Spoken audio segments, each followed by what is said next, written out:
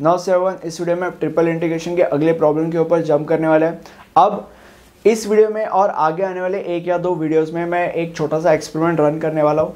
अब ये एक्सपेरिमेंट मतलब आपको मुझे कमेंट सेक्शन में ये बताना है कि मुझे जो प्रॉब्लम्स है मैथ्स के या कोई भी सब्जेक्ट के, वो मुझे ऐसे सिखाने चाहिए या पहले जैसे मैं सिखाता था वैसे सिखाने चाहिए। मतलब ऑलरेडी वो प्रॉब्लम को मैं लिख दूँ और फिर सिखाऊँ स्टेप बाय स्टेप, ऐसे सिखाना चाहिए, या पहले मैं जैसे स्टेप बाय स्टेप लिखते लिखते सिखाता था वैसे सिखाना चाहिए। क्योंकि मुझे ऐसे लग रहा है कि अगर मैं ऐसे सिखाता हूँ तो इससे वीडियो का ड्यूरेशन कम होगा और इससे आप ही का फ़ायदा होगा, ऐसे मुझे लगता है। बट मुझे आप बताओ कमेंट सेक्शन में कि तुम क्या प्रेफर करोगे, ऐसे या वैसे। ओके, अब प्रॉब्लम के ऊपर जंप करते हैं। सबसे पहले स्टूडेंट्स को जो समस्या होती है वो ये होती है कि उन्हें ये नहीं पता चलता कि लिमिट्स कैसे आइडेंटिफाई करनी है। अब लिमिट्स आइडेंटिफाई करने के लिए एक ऐसा प्रोसीजर नहीं होता कि मैं तुम लोग को बता दूं कि ये करना है और फिर लिमिट्स आगे, ऐसे नहीं होता। तुम लोग को मल्टीपल एग्जाम्पल्स प्रैक्टिस करने पड़ेंगे, तब जाके तुम्हें समझेगा कि लिमिट्स आएंगी कैसे। ओके, अगर आप प्रैक्टिस नहीं करोगे तो कुछ नहीं होने वाला। अब यहाँ पे तुम लोग सबसे पहले देखो कि मैं कैसे लिमिट्स निकाल रहा हूँ। अब यहाँ पे ये हमारा प्रॉब्लम है और ये इक्वेशन हमें दिया गया है। तो सबसे पहले हम क्या करेंगे, इसको u सब्स्टिट्यूट कर देंगे, इसको v सब्स्टिट्यूट कर देंगे और इसको w सब्स्टिट्यूट कर देंगे। उसके बाद x is equal to a उधर चला गया तो au आ गया, y is equal to b उधर चला गया तो b भी आ गया, और z is equal to c उधर चला गया तो cw आ गया। देन दोनों को डिफरेंशिएट कर दिया, dx is equal to a du, then dy is equal to b dv और dz is equal to c dw। उसके बाद तीनों को मल्टीप्लाई कर दिया, dx dy dz is equal to ये सब side multiply a b c और du dv और du dv dw, बस तीनों को मल्टीप्लाई कर दिया है।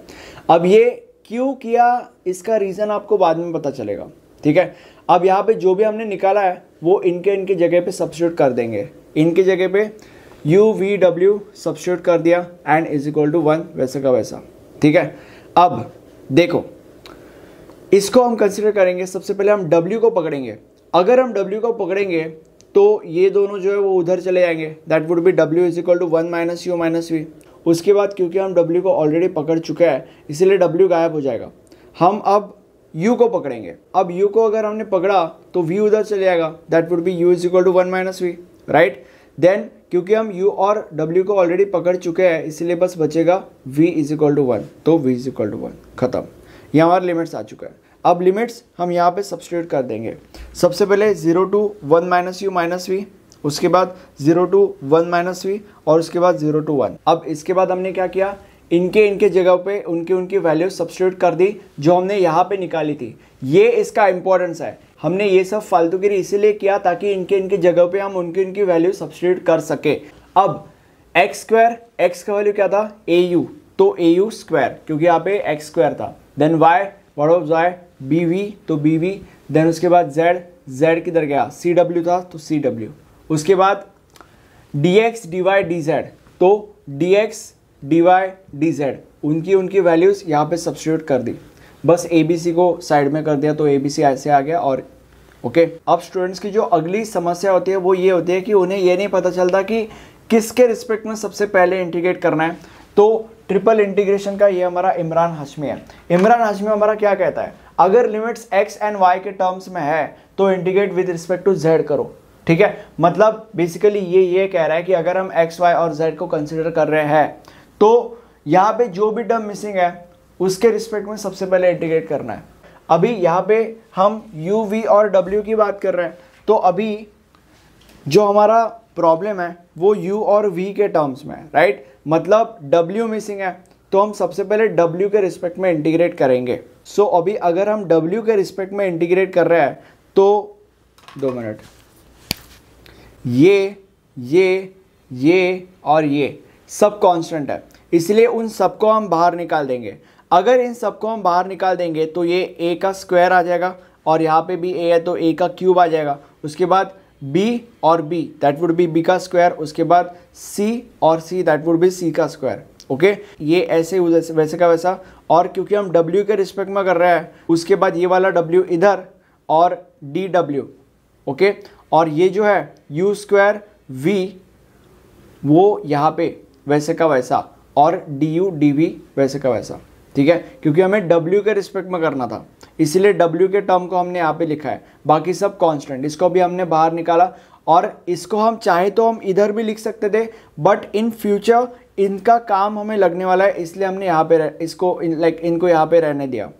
उसके बाद ये आ गया इधर वैसे का वैसा, ये वैसे का वैसा, ये वैसे का वैसा। उसके बाद इसको हमने इंटीग्रेट किया with respect to w, that would be w² and limits वैसे के वैसे, देन ये सब वैसे का वैसा। देन उसके बाद upper limit minus lower limit. तो अगर अपर लिमिट हम w के जगह पे डालेंगे तो that would be 1 minus u minus v square minus 0 w की जगह पे डालेंगे तो दैट वुड बी 0, तो लिखने की ज़रूरत नहीं है, ठीक है, तो ख़त्म। तो यही आएगा। और ये u स्क्वायर कहाँ से आया, ये यहाँ से आया। और क्यों आया, क्योंकि आगे जब हम इसको सॉल्व कर लेते हैं ये एक डबल इंटीग्रेशन का क्वेश्चन बन जाता है। और डबल इंटीग्रेशन का फॉर्मूला क्या कहता है, वो ये कहता है कि अगर हम x और y की बात करते हैं तो अगर लिमिट्स x के टर्म्स में तो integrate with respect to y करो, अगर लिमिट्स y के टर्म्स में तो integrate with respect to x करो, राइट। तो अभी यहाँ पे v है तो हम integrate with respect to u करेंगे, सिंपल एज दैट। तो इसीलिए हम इंटीग्रेट यहाँ पे विद रिस्पेक्ट टू u कर रहे हैं, और क्योंकि हम integrate with respect to u कर रहे हैं इसीलिए u का टर्म हमने अंदर लिया, ठीक है। यहाँ पे u का टर्म बाहर था तो उसको हमने अंदर लिया और इसीलिए u स्क्वायर यहाँ पे आया और v बाहर वैसे का वैसा। और उसके बाद ये जो अपॉन 2 है उसको हमने बाहर ले लिया, और अगर उसको हमने बाहर लिया तो ये आ जाएगा, राइट। सो ये आ गया। आई होप आपको ये कैसे आया समझा होगा। देन उसके बाद ये वैसे का वैसा, ये वैसे का वैसा, ये भी वैसे का वैसा। अब इसके बाद अगर आपने मेरे डबल इंटीग्रेशन या ट्रिपल इंटीग्रेशन के भी कुछ वीडियोस देखे होंगे तो आपको पता होगा कि कभी कभी कुछ सम्स में यहाँ पे थोड़ा सा वियर्ड सा टर्म आता है, और जब ऐसे होता है हमें ये ट्राई करना पड़ता है कि कैसे हम उसी टर्म को यहाँ पे ला सके, ठीक है। सेम चीज़ यहाँ पे वियर्ड चीज़ आ रही है, मतलब वियर्ड टर्म आ रहा है, तो हमने ये ट्राई किया कि कैसे हम इस वियर्ड से टर्म को इधर ला सके, और यहाँ पे हमने उस टर्म को ला भी लिया। हमने बस 1 माइनस v को ब्रैकेट में रखा और उसके बाद माइनस u वैसे का वैसा, ठीक है, और ये स्क्वायर वैसे का वैसा और u स्क्वायर वैसे का वैसा, बाकी सब वैसे का वैसा बेसिकली। अभी हमने इसीलिए किया, इसके पीछे 2 रीज़न है।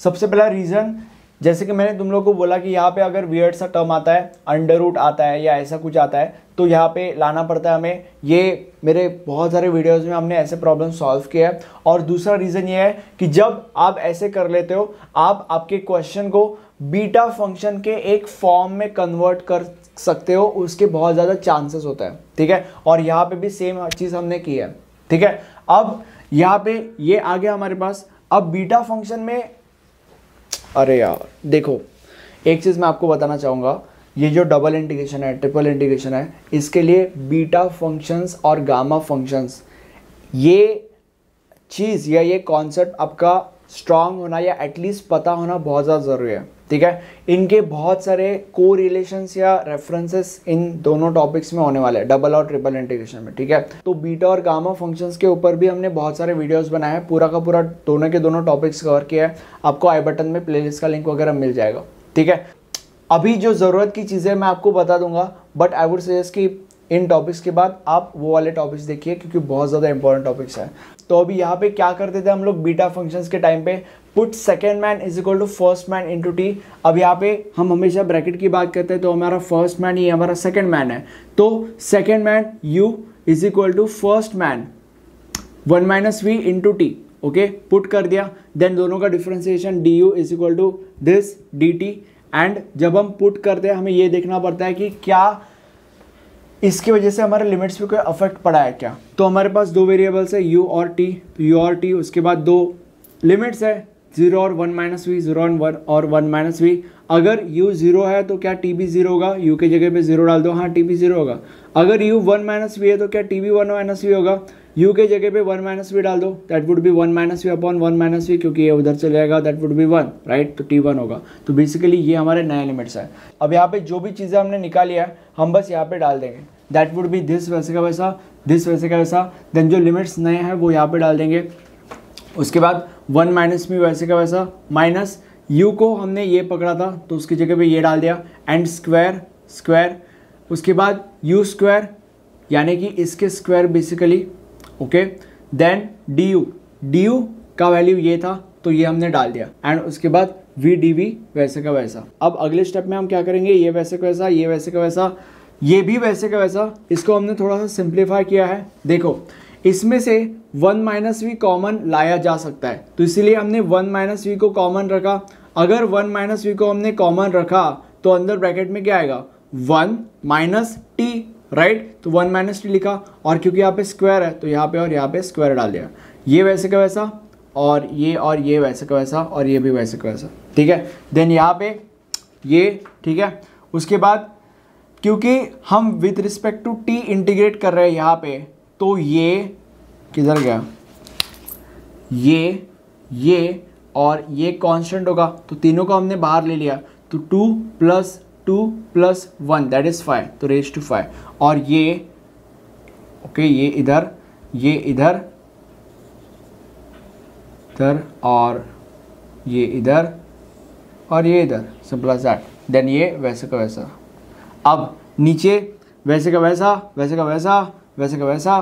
देन अभी अगर आपने बीटा फंक्शंस पढ़ा होगा तो उसका एक फॉर्मूला होता था, वो ये फॉर्मूला है, ठीक है। 3 फॉर्मूलेस होते थे अगर आपको याद है तो, उसमें से एक फॉर्मूला ये है, और उस फॉर्मूले का डायरेक्ट आंसर निकलता था। क्या आंसर निकलता था direct, beta m+1 comma n+1। तो बीटा m ये था, तो दैट इज 2 + 1 दैट इज 3, और n+1 यानी कि 2 + 1 दैट इज 3, ये आ गया। एंड ये वैसे का वैसा, ओके। अब इसको सॉल्व करेंगे, क्योंकि हम विद रिस्पेक्ट टू अब v इंटीग्रेट कर रहे हैं, तो ये कांस्टेंट होगा, इसलिए इसको हमने बाहर निकाल दिया। देन ये इधर और ये इधर, ये वैसे का वैसा, ओके। देन उसके बाद इसको हम सॉल्व करेंगे, ये भी उसी फॉर्म में जिस फॉर्म में ये था, राइट। और देन वही फॉर्मूला यूज होगा, बीटा m+1 कॉमा n+1, तो यहाँ पे 5 + 1 दैट इज 6, और v⁻1 है तो 1 + 1 दैट इज 2, ओके।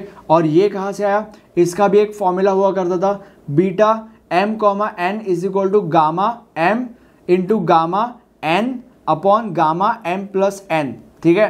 तो gamma 3 into gamma 3 upon gamma 3 + 3 that is gamma 6, okay. And ये इसका जो फॉर्मूला था वो ये तो मैंने एक्सप्लेन कर दिया। अब इसको हम आगे सॉल्व करेंगे, दैट इज ये वैसे का वैसा, उसके बाद वो भी वैसे का वैसा, एंड इसको सॉल्व करेंगे बिल्कुल इसी वाले फॉर्मूले में, that is beta m comma n is equal to gamma m into gamma n upon gamma m+n, ठीक है। तो that is 6 + 2 that is 8, okay. अब इसको सॉल्व करेंगे, ये वैसे का वैसा। अब आगे यहाँ पे क्या होगा, देखो gamma m is equal to m-1 factorial. अब यहाँ पे गामा 3 है, so that would be 3 - 1 factorial, तो दैट इज 2 फैक्टोरियल। तो 2 फैक्टोरियल, 2 फैक्टोरियल, यहाँ पे 5 फैक्टोरियल, यहाँ पे 5 फैक्टोरियल, यहाँ पे अगेन उसी फॉर्मूला, वही फॉर्मूला हम यूज कर रहे हैं, 1 फैक्टोरियल, एंड यहाँ पे 7 फैक्टोरियल। ये कट हो जाएगा, देन 5 और ये कट हो जाएगा। उसके बाद बचेगा हमारे पास बस ये, हमने बस उसको कैलकुलेट कर दिया और ये आंसर निकाल दिया। ये आप कैलसी की मदद से कर सकते हो, आपको यही आंसर मिलेगा, ओके। मुझे कमेंट सेक्शन में बताओ कि वीडियो कैसा लगा। ये इस वीडियो में थोड़ा सा एक्सपेरिमेंटेशन किया है मैंने, बट मुझे कमेंट सेक्शन में बताओ कि आपको वीडियो कैसा लगा, और अगर आपको नहीं पसंद है तो हम चेंज कर लेंगे। Change is the only constant, right. मुझे एक्सपेरिमेंटेशन करना पसंद है, okay. Anyway, thank you for watching this video, have a nice day. आगे आने वाली वीडियोज़ में हम और भी सम सॉल्व करने वाले हैं। प्लेलिस्ट का लिंक आपको आई बटन में मिल जाएगा, ओके। बाय।